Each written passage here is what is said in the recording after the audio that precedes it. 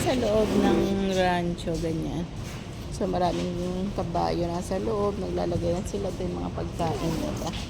Ay, pagkain yung katam-katam ng mga ano, mga katam ng mga kahoy-kahoy. Tapos ilalagay sa lapag. Jackie, I'm gonna Okay. take her. Yan. Para dyan sila. May katam-katam. Take this up. Doon. Yan. Lady. So, ganyan siya. Marami din kabayo doon. Hanggang doon. Doon. Yan.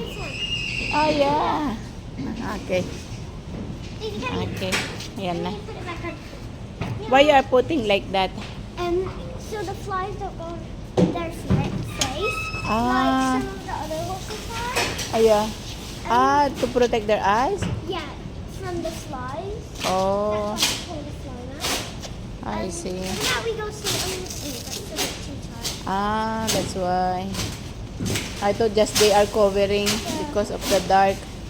So it's protect from the flies. Yun pala ibig Let's go sabihin. look at the mini ponies now.